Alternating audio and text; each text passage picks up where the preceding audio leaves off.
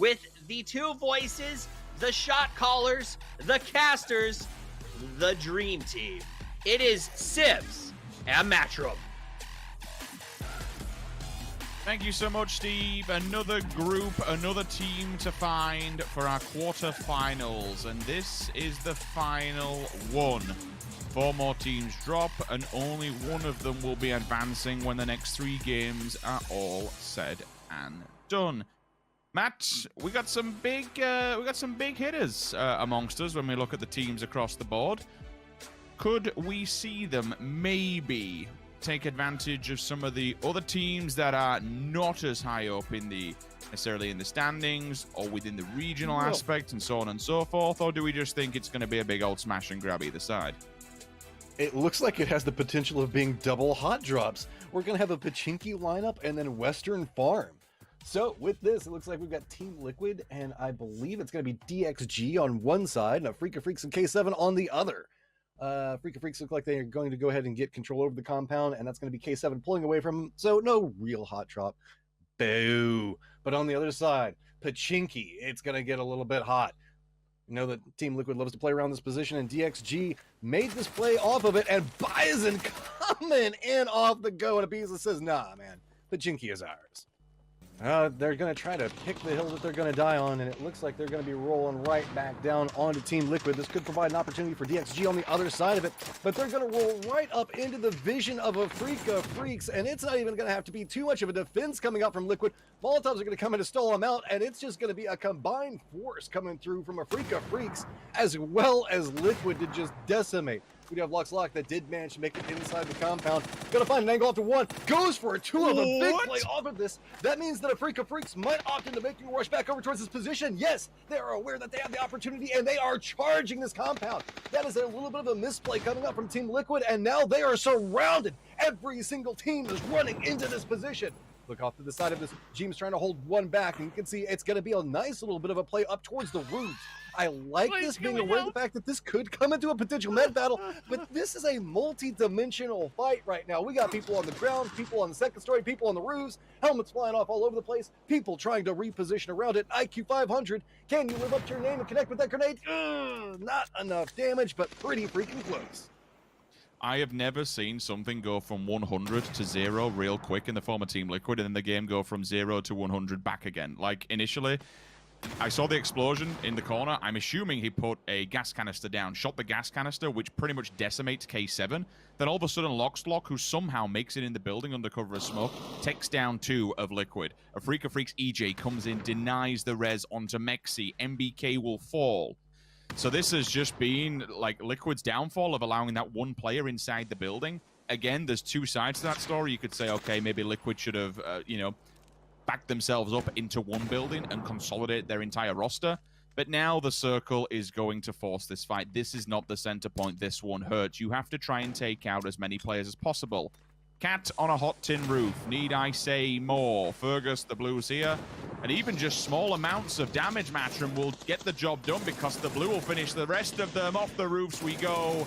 And it is just a bloodbath. Clip barely surviving. A Freaka Freaks is out, and not only that, they get the win as well. I have never seen anything end in such a uncontrollable situation in my entire life. I did not anticipate that happen.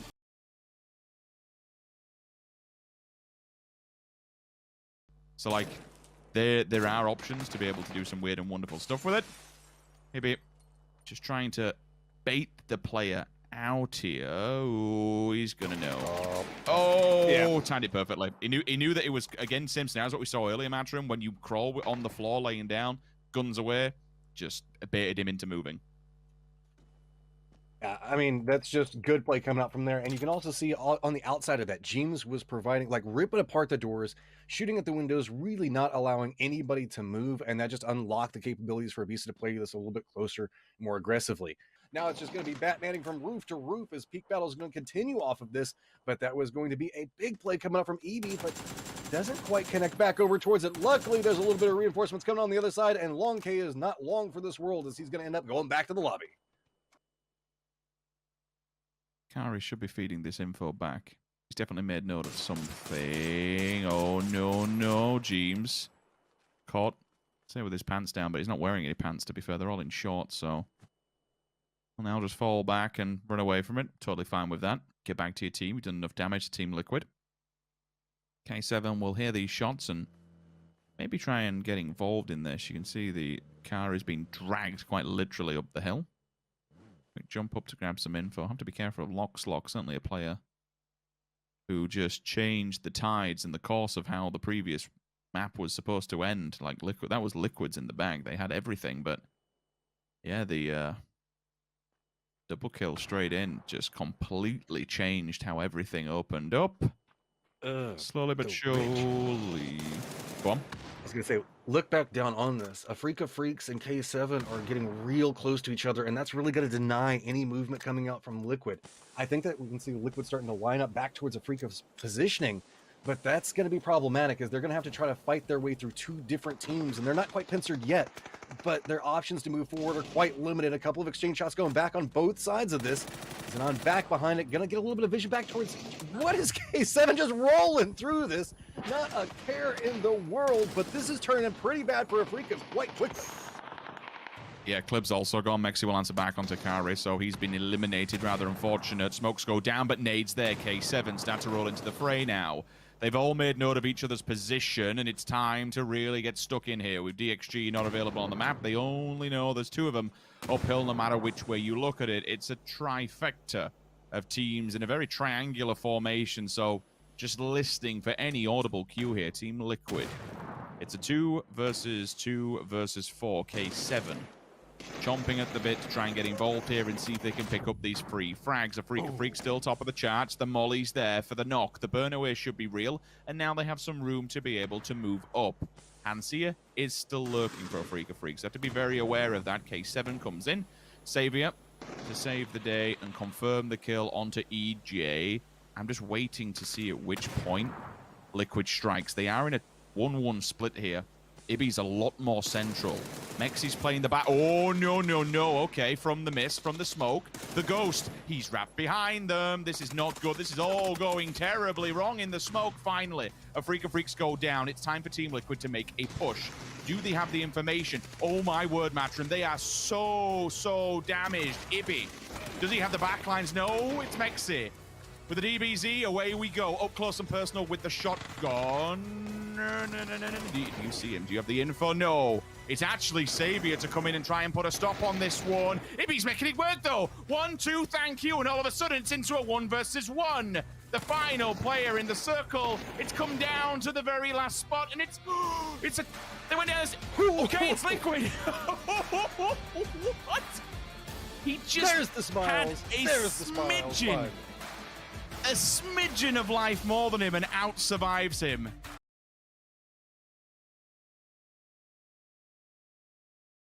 And it's going to get bloody. Oh, no. Liquid's moving very close back over towards this and might find themselves with DXG having an oversight position onto them. EB's coming right down below this. IQ 500 doesn't have time to make the read back over into this position, so it's going to make it a little bit more difficult. EB's just running straight up onto here.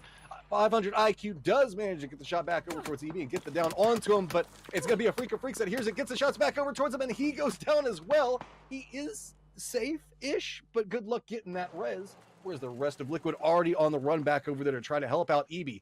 DXG, are they going to make the counter move back around into this? Afrika Freaks is going to benefit from this massively if both of these teams start a big fight, because that means that they don't have to run a gun against the zone. So Long K now getting a vibe from what's going on up the top of him. Good spray coming through onto that one. Gets it down onto Mexi. That's going to be pivotal right now as multiple members of Liquid are down right as soon as the zone is going to be coming in. Grenade goes just a touch too long. So Afrika Freaks just sitting there. All eyes beat back over towards him as K7 just chilling, getting control over everything in the northern corridor. Now it's just going to be on to James to make this one make a little bit more sense for his team. NBK, Long K can't quite get anything. Is that going to be enough? Not even going to make it up to the point that's going to go for the grenade. So that res should come through. Liquid in a lot of trouble, but really weathering the storm right now. And it's going to go to some pretty, actually, rather open terrain. Like at the moment where you're kind of looking is where it's going to be going. It looks like Liquid's actually sending it towards Slogs. Keep an eye on the kill feed, see if that comes through. They're trying to do the drive-by through the smoke. Woo! The kills. Oh my. He just run it. You know what? If guns don't work, cars do. All right? If you can't kill them with a gun, beat them with a vehicle. Just rolling away from this one, saying the fact that, okay, that is too much for us, and kudos to Team Liquid for surviving that, and what was a very precarious situation for him, getting the reses back up, and while making their escape, just absolutely demolishing the line for K7. Savior trying to figure out what is even happening around him, gets his feet back over towards one. Everybody's lining up, but it is just lambs to the slaughter right now as Liquid is just strolling through the north, just destroying anything that is approaching around them. One member up back behind him is Xenon, trying to creep back through, but I think that Team Liquid has a read on what's going on with this. With this hillside, it's buying a little bit more space away from a Freak of Freaks. James is holding everyone back onto a different angle, so that way everybody has time to try to finish this one out. Xenon's trying to find an angle of approach, but just can't get anything out of it. Mexy's doing a great job of just using the third party, realizing whenever he wants to step forward. Great vision control there. Again, Team Liquid getting the reses. How are they managing to get away with this time and time again? The circle is now coming in. K7 has nowhere to go. They're firmly surrounded. They've got the blue zone back behind them. It's just a matter of time. And there you go, getting dimed back down. Blue zone's going to go ahead and eat that one. Ooh. And now we have a firm lineup tied 35-35. Team Liquid versus a Freak of Freaks. I'm so glad you brought that into perspective. They needed that one frag point to be able to jump them in the lead, but instead we find ourselves a 4 versus 3 scenario. Freak of Freaks. They do have the hillside. They do have the open ground. Team Liquid.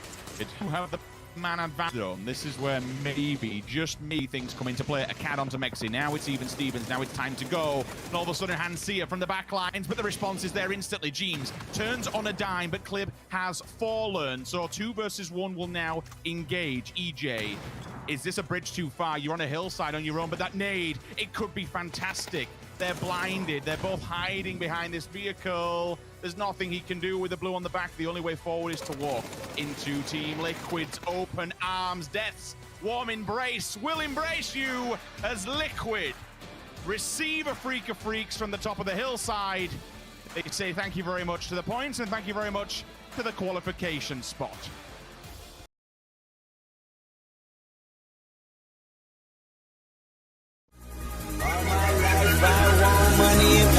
Respect my mind, no die from last time. I pray my dick get big as the Eiffel Tower, so I can fuck the world for 72 hours. Goddamn, I feel amazing. Damn, I'm in the matrix. My mind is living on cloud 9, and this 9 is never on vacation. Start up that mind.